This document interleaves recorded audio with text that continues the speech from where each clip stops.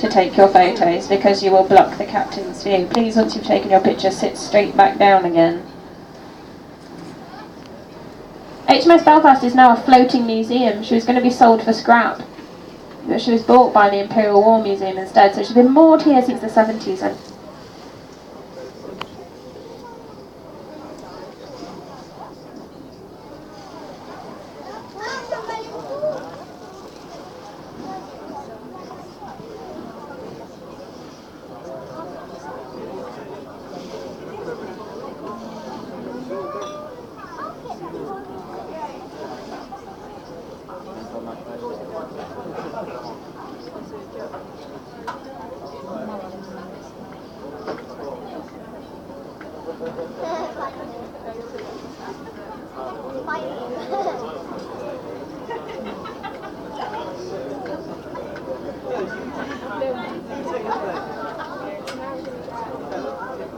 the Tower Bridge isn't as old as you might think. It's actually from, it's just celebrated its 120th birthday. It was opened in 1894.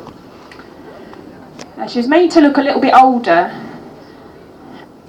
to blend in with the Tower of London, which is here on the left hand side. The structure is actually, it's all metal, it's all steel. They just clad it in stone to look a bit older. And you've got a great view of the bridge in action. These bits that open that we're going underneath now, they're called bascules. And they can open and close, as you have just seen, to allow tall ships to go underneath.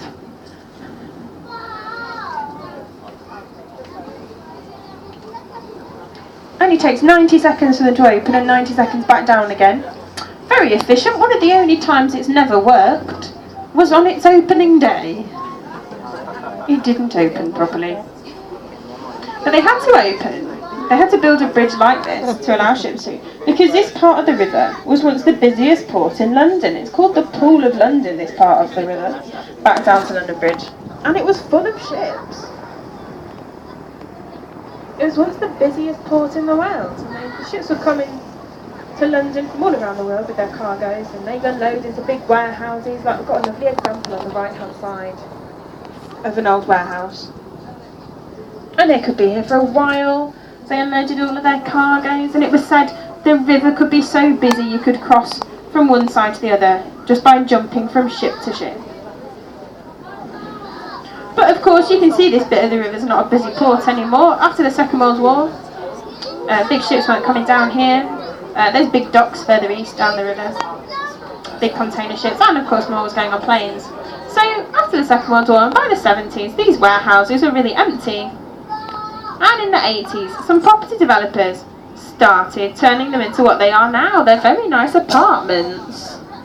A very popular place to live with a very nice price tag.